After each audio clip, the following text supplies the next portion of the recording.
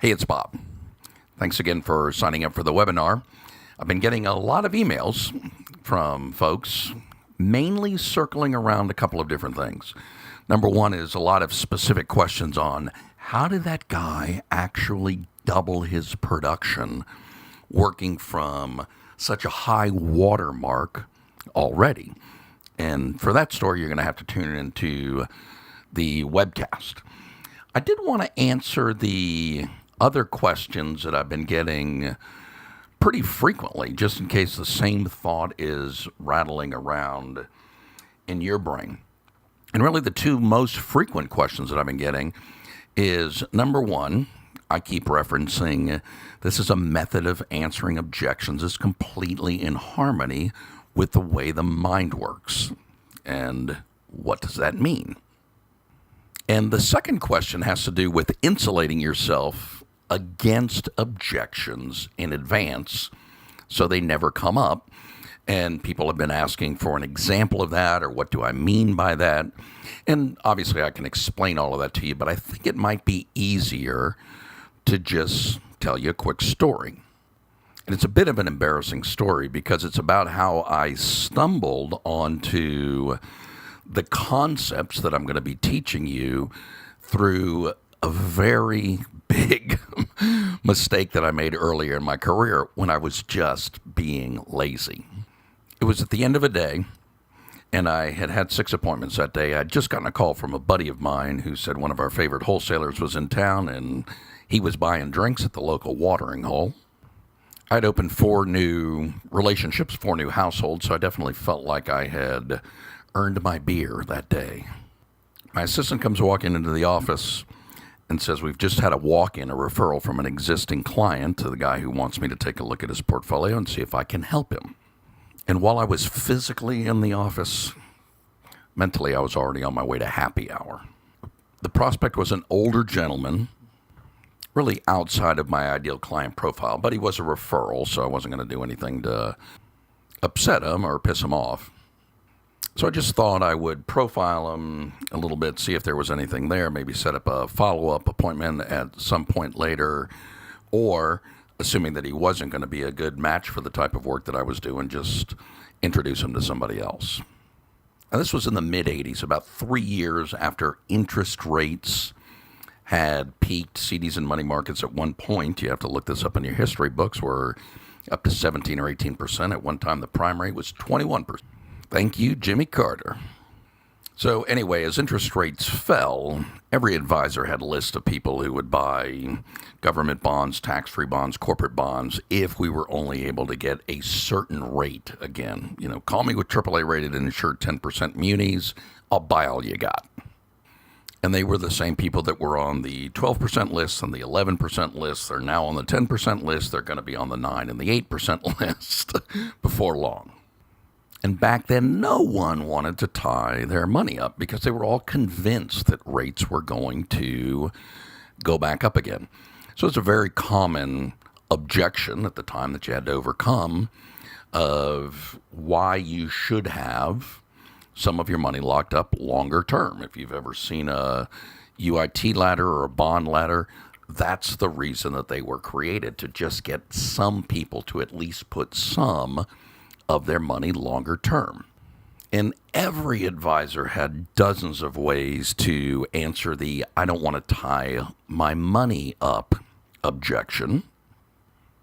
And like the quote-unquote answers to a lot of objection, what we actually ended up doing was merely getting the client to dig in even more deeply. We would tell them, you shouldn't have all of your money short-term. It's not a good investment. They would begin to go and search for reasons why they needed to be highly liquid. Now, in my desire to wrap up this appointment and go hang out with my buddies, I figured this would be a good way that I could potentially blow this guy out of the water if he wasn't a good prospect for me. Just ask him some version of how liquid do you want to be, and when he says long-term for me is 3 months, I don't even buy green bananas, that would be a good disqualification, and we could end. However, that's not what I asked him. The question that I actually ended up asking is, how soon do do you plan on spending your principal? And I recognize that seems like a subtle difference, but let's think about what's going on in the mind of the client. People at the time had been conditioned not to lock their money up. And the reason that they had been conditioned that way, because they kept thinking rates were going to go back up again, and they were chasing the next wave of higher rates. At the same time, we've also been taught, particularly if you've got any money at all, that you need to hang on to it. Unless it's absolutely necessary, you don't really want to dip into your principal. You'd rather just be able to live off the interest. And here's what I stumbled on that day. I recognized those two thoughts are located in very different places of your client's mind. I mean, think about it. Those two thoughts really cannot coexist in the same space. They are literally contradictory from one another. The way I had been dealing with this quote-unquote objection previously was accessing one point of their brain. And the more I tried to answer that objection, what I literally was asking them to do was do a search and think of all the reasons that you might need the money. And they had no problem coming up. Might need a new roof, might need a new car, might need to bail my son out of prison. Thankfully, that one didn't come up all that much. And this new way that I had stumbled upon in an effort to end my day early and get to happy hour with my friends actually triggered a completely different part of the brain. And thankfully with this guy, because he was a referral, and I had been positioned pretty powerfully, he reacted very strongly. Really, to be honest with you, he kind of lit into me a little bit. He's like, spend my principal. I don't ever want to spend my principal. I wasn't told I'd have to spend my principal if I invested my money with you. Blah, blah, blah, blah, blah. And I thought, isn't that interesting? I had accidentally fired off a completely separate trigger. And from that meeting on, I made sure to fire that off as often as I possibly could. And that was one of a few key events that really got me studying the way the mind works. Because in life and in persuasion, the things that happen to us for one of two reasons. Sometimes they happen accidentally, haphazardly. Stuff happens, right?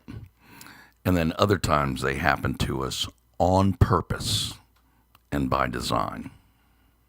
And when things are happening to us on purpose and by design, that is the time that we can insulate ourselves against those future objections. Because one of the things that I very quickly found out, if I built that question into my initial conversation that I had with the client shortly after they sat down, and asked that exact same question in that exact same way, how soon are you planning on spending the principal? I could reliably predict what their answer was going to be. And once they said whatever version of never that they would give to me, suddenly the mind starts rewiring itself to remain consistent with the declaration that they had made. So through a very casual questioning strategy, a very conversational strategy based on something that I completely stumbled upon, all of a sudden, what had been one of my most frequent and most difficult to deal with objections virtually disappeared. That's not to say it never came up again, because it did come up sometime, but it went from coming up most of the time to coming up very rarely. So in the last session, I asked you to work on a couple of objections. This is the type of stuff that we're going to be able to do.